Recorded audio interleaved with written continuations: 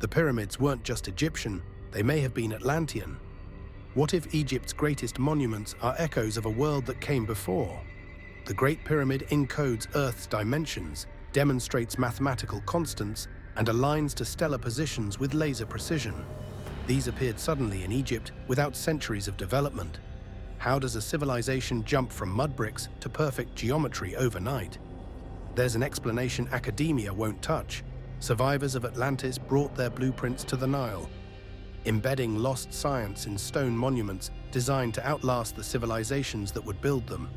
Plato told us Atlantis was destroyed around 9600 BC when earthquakes and floods swallowed an entire continent. That timeline exactly matches the Younger Dryas catastrophe, when comet fragments struck Earth's ice sheets, triggering floods that raised sea levels 400 feet overnight. Entire coastlines vanished beneath walls of water. What's more, the evidence for this catastrophe isn't mythological, it's geological. Meltwater Pulse 1b shows massive flooding exactly when Plato said Atlantis sank.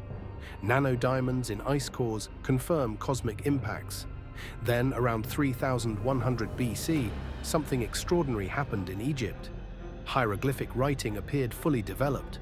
The Egyptian calendar emerged complete with astronomical observations requiring centuries of data collection. Administrative systems, laws, mathematics, and architecture all materialized simultaneously. Consider what Egyptologists ask us to believe. Nomadic tribes along the Nile suddenly developed engineering skills to quarry, transport, and precisely place million-ton monuments. They instantly understood advanced mathematics, astronomy, and acoustic science.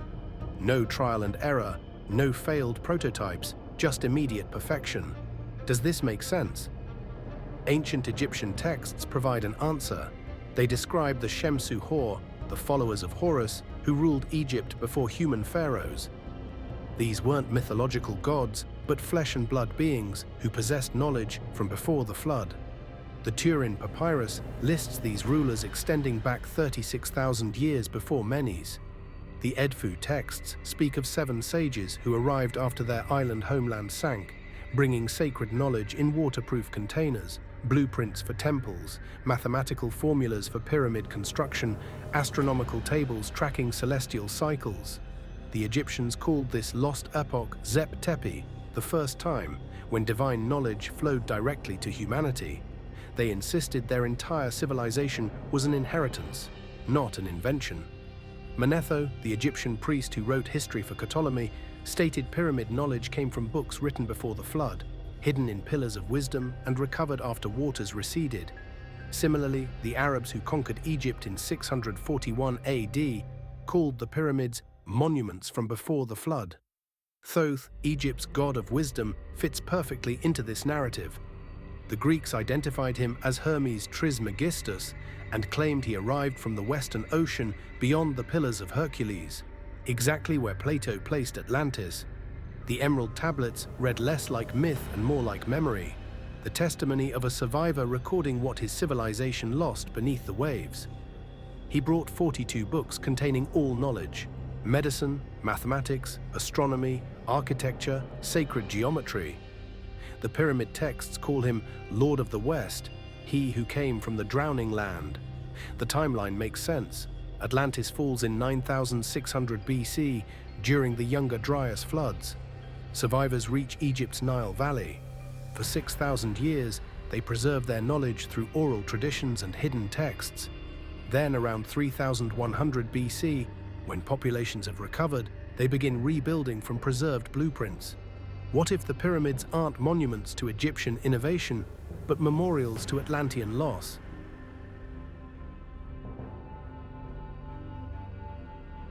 The Great Pyramid's mathematics reveal impossible knowledge for Bronze Age builders. It contains pi to 15 decimal places, demonstrates the golden ratio, and encodes Earth's circumference and polar radius. When used as a geodetic marker, it calculates our planet's dimensions, matching satellite measurements. Can accidental precision achieve this?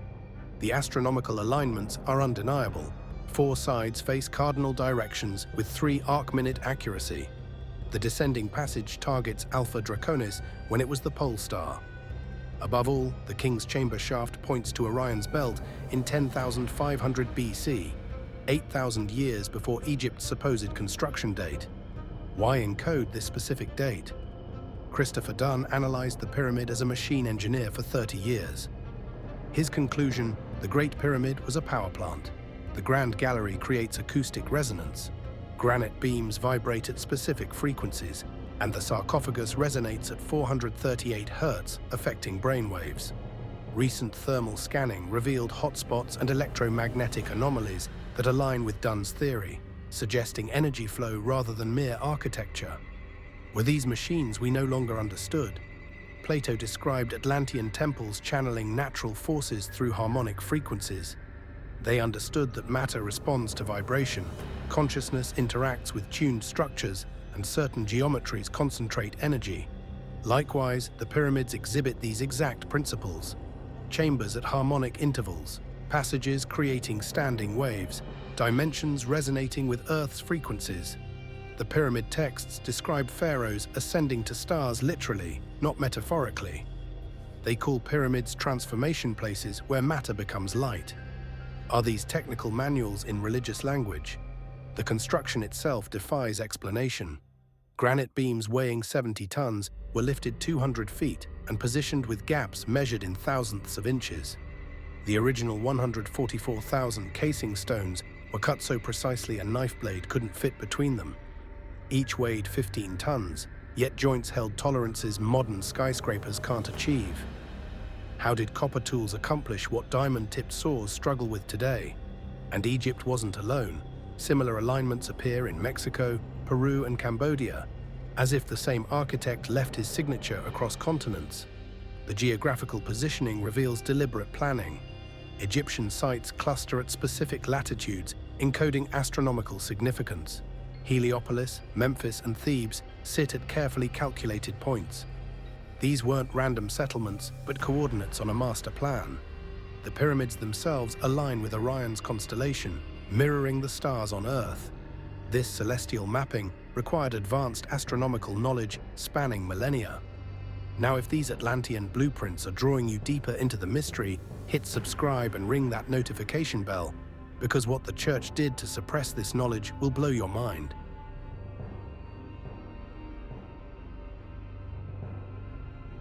The church feared pyramids more than pagan temples because they proved sophisticated civilization existed before the biblical flood. If Noah's flood happened in 2348 BC as scripture demanded, how did Egyptian monuments survive? How did pyramid knowledge pass through the deluge intact? These questions threatened Christianity's foundation. Vatican scholars studying Egyptian mysteries faced the Inquisition. Athanasius Kircher decoded hieroglyphs in the 1600s, but had to frame Egyptian wisdom as corrupted biblical knowledge, not independent tradition. But here's the twist. Giordano Bruno suggested Egyptian magic preceded Christian miracles. They burned him alive in 1600. The message was clear: Egyptian knowledge predating the Bible was heretical. Why such a violent reaction unless this knowledge genuinely threatened their narrative? Secret societies preserved what the church suppressed. Freemasons made the pyramid their primary symbol, claiming descent from Egyptian mysteries through Atlantean sources. The Scottish Rite's 33 degrees represent the spine's segments through which Egyptian priests said divine energy ascended, mapped in the Grand Gallery's 33 courses. The unfinished pyramid on the dollar bill isn't American symbolism, it's Masonic code for incomplete Atlantean knowledge awaiting rediscovery. What are they really telling us? Modern Egyptology maintains rigid orthodoxy. When Robert Bauval aligned the pyramids to Orion in 10,500 BC, academia dismissed him. When John Anthony West showed water erosion on the Sphinx, they called it impossible. When Graham Hancock connected it all to a lost civilization, they labeled it fantasy. But why attack those who ask the right questions? The inventory stela contains Khufu's inscription, stating that the Great Pyramid already stood ancient when he became pharaoh. He repaired, not built it. The Dream Stela records the Sphinx being excavated in 1400 BC, when already considered older than memory. Primary sources were dismissed because they contradict the timeline. If even Egypt's own inscriptions said the pyramids were ancient before the pharaohs, why do we ignore the very voices of history?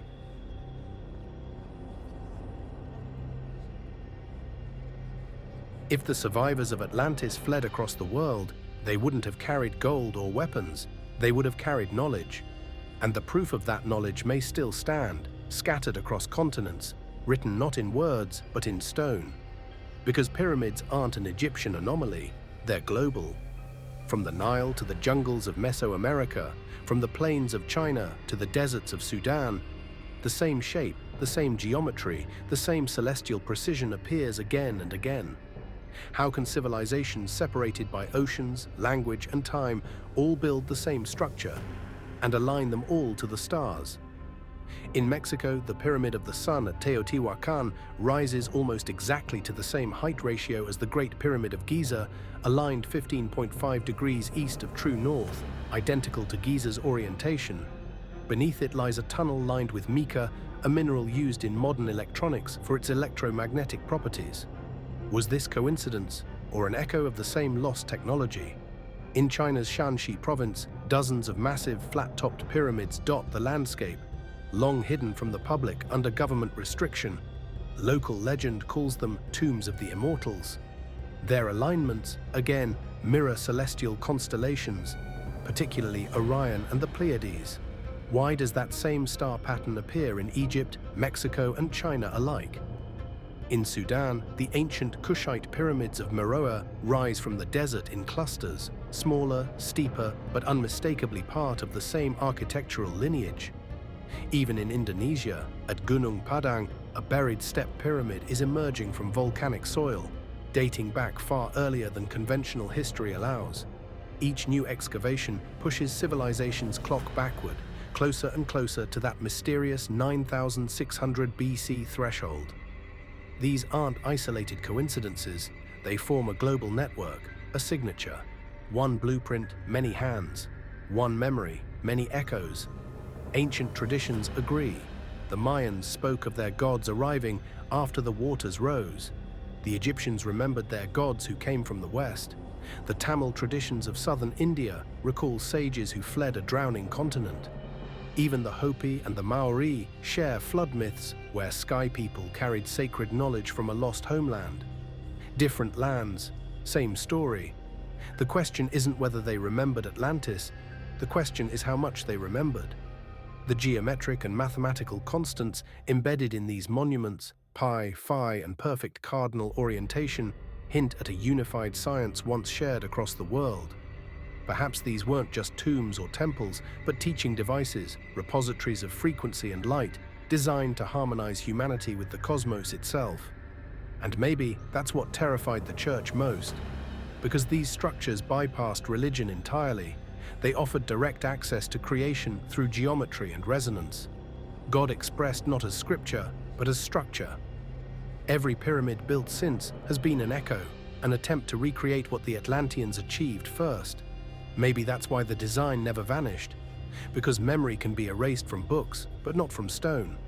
If this global pattern is starting to look less like coincidence and more like conspiracy of memory, stay with me, because what comes next may be the oldest riddle of all, the true age of the Sphinx, and what it reveals about who built Egypt's monuments in the first place.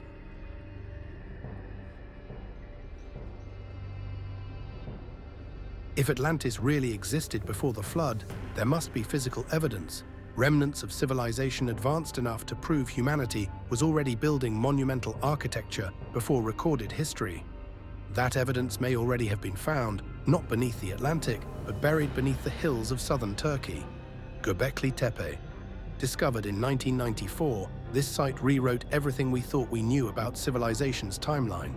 It predates Stonehenge by 6,000 years and the pyramids by more than 7,000. It was built around 9,600 BC, the exact date Plato gave for Atlantis' destruction. Coincidence or confirmation? Göbekli Tepe isn't a village, temple, or tomb. It's an engineered megalithic complex featuring massive stone pillars arranged in perfect circles, some weighing over 20 tons. Each pillar is carved with reliefs of animals: lions, scorpions, vultures, serpents. and positioned with precise astronomical orientation. Whoever built it already understood celestial alignments, geometry, and stone engineering long before civilization supposedly began. And here's the real mystery. It wasn't built by farmers. There's no evidence of agriculture or permanent settlement nearby. According to mainstream archaeology, hunter-gatherers built it using only stone tools. But how do nomadic tribes suddenly create an architectural masterpiece that required thousands of tons of material, astronomical calculation, and a workforce operating in unison? Göbekli Tepe shouldn't exist, yet it does. It's as if someone arrived already knowing how to build, already understanding the sky, already carrying blueprints of something older. And when you compare the timing, the message becomes clear. Göbekli Tepe could be the first foothold of Atlantean survivors, rebuilding their world in a new land after the flood that erased the old one. Even stranger, the builders didn't just construct it, they buried it.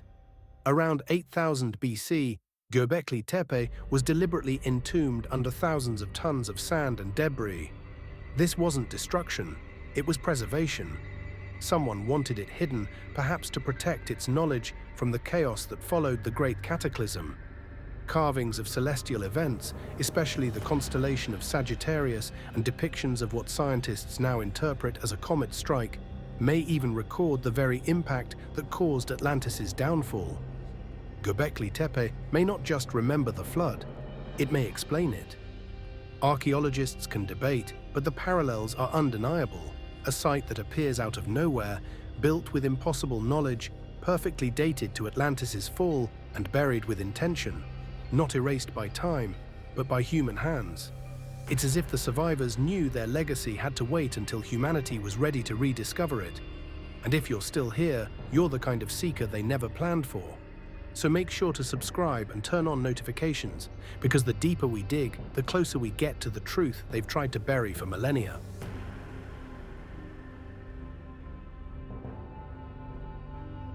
If the pyramids are Atlantean blueprints, then the Sphinx is their guardian, a sentinel carved from time itself, standing silent as civilizations rise and fall. For centuries, its true age has been debated, but new evidence suggests it's far older than anyone in mainstream history dares to admit. According to Egyptology, the Sphinx was carved around 2500 BC for Pharaoh Khafre, but the evidence doesn't fit. The body of the Sphinx shows deep vertical erosion, the kind caused by thousands of years of heavy rainfall. The problem? It hasn't rained like that in Egypt for over 10,000 years.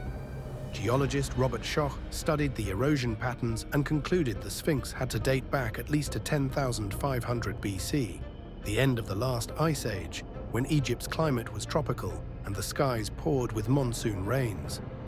That date doesn't just rewrite Egyptian history, it syncs perfectly with Plato's timeline for Atlantis' destruction. If the Sphinx was already ancient when Khafre's ancestors walked the earth, then who carved it? And more importantly, what was it guarding? Ancient Egyptian texts hint that the Sphinx was never a monument to a pharaoh, but a marker of something hidden, a hall of records buried beneath its pores, containing the wisdom of a world before the flood. Edgar Cayce's trance readings echoed this claim. He said Atlantean survivors who fled their sinking homeland built the Sphinx as a time capsule, encoding the location of chambers that held their records, their science, and their prophecy for a future humanity that had forgotten them. In 1997, ground-penetrating radar confirmed the presence of unexplored cavities beneath the Sphinx's left paw and behind its body. Egyptian authorities denied permission to excavate. Why? If it's just solid limestone, what's there to hide? Even the Sphinx's face tells a different story. The head is disproportionately small compared to its body, suggesting it was recarved from an older lion-headed statue. The lion, symbol of Leo, points directly east, to the rising of the constellation Leo in 10,500 BC. Again, the same date, the same sky alignment, the same signature of the builders who encoded their knowledge in stone. Was the Sphinx originally a lion gazing at its celestial mirror, a monument to the age when Atlantis fell and the world began again? If so, Egypt's entire chronology is built atop a forgotten world. The erosion, the astronomy, the unexplored chambers, It all points to one truth. The Sphinx is not just older than Egypt, it may be the last surviving monument of Atlantis itself. And if that's true, then everything we call ancient Egypt isn't a beginning, it's a memory.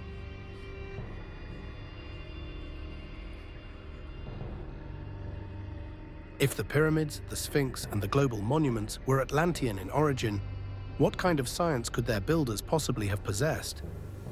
Because these weren't just architects, they were engineers of energy, masters of frequency, and keepers of knowledge we're only beginning to rediscover.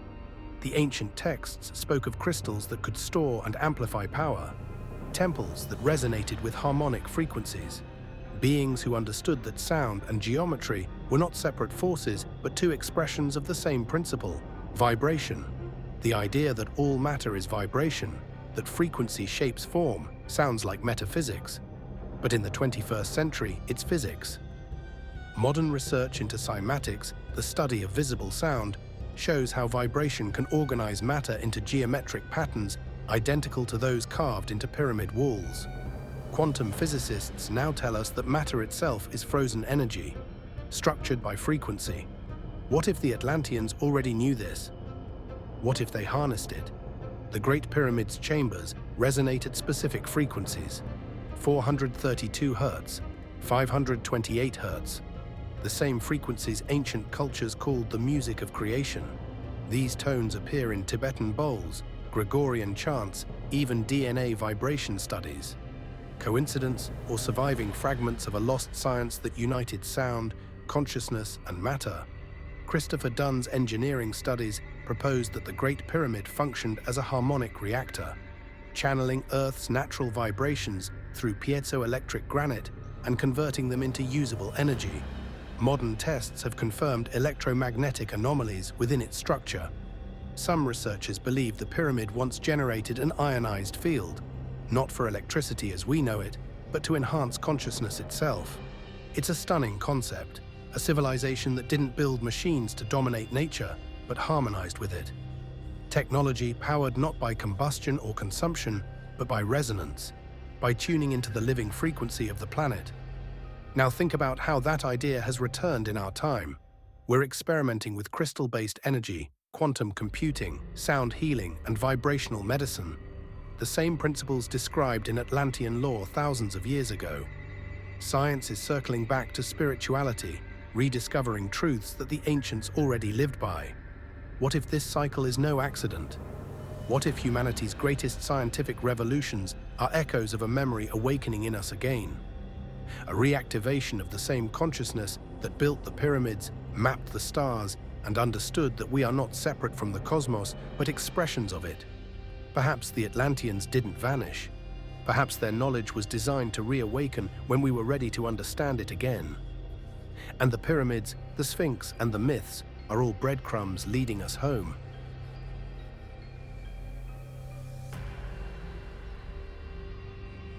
If Atlantis truly existed, then perhaps it was never meant to be found in stone, but in us.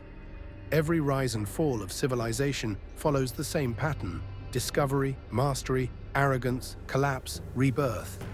The Atlanteans reached the height of knowledge and power, then lost balance between wisdom and technology. The flood that swallowed their world wasn't just water, it was consequence. And now, thousands of years later, we stand in their reflection. We've mastered energy, split the atom, mapped the genome, and built machines that think for us. But have we remembered the lesson their ruins tried to preserve? That knowledge without consciousness destroys its creator? Maybe the pyramids, the Sphinx, and the myths weren't warnings to the past. Maybe they were messages to the future, to us. Every ancient text, Egyptian, Sumerian, Mayan, speaks of cycles. Ages of light followed by ages of darkness. Golden epochs where humans walked with gods, followed by floods, fires, and forgetting. We call them myths, but what if they're the clock of human memory? What if every few millennia we are Atlantis reborn, rediscovering what we once knew, and facing the same choice again? Because here we are, poised between creation and destruction, holding the same power they did and staring into the same abyss. The question is no longer whether Atlantis existed, but whether we've learned why it fell. The real return of Atlantis isn't land rising from the sea, it's consciousness rising from amnesia. It's the moment we remember who we were and decide what we'll become. The pyramids weren't just tombs. They're echoes of a lost civilization carved in stone, a civilization the church tried to bury and history refused to remember. Every measurement, every alignment, every impossible engineering feat points to inherited knowledge, not independent invention. When you stand before the Great Pyramid, you're seeing Atlantean blueprints executed in granite, testimony to a civilization that mapped the cosmos and understood forces we're only rediscovering. The monuments endure because they were designed to endure, built to preserve knowledge through catastrophes their builders knew would come again. We're just beginning to uncover the ancient knowledge they tried to bury, and the pyramids might be our oldest surviving message. Do you believe the pyramids were Egyptian genius or Atlantean inheritance? Drop your thoughts in the comments below. If this changes how you see ancient history, hit that like button, share it with someone who questions the past, and turn on notifications. We're uncovering more hidden histories that mainstream academia doesn't want you to know.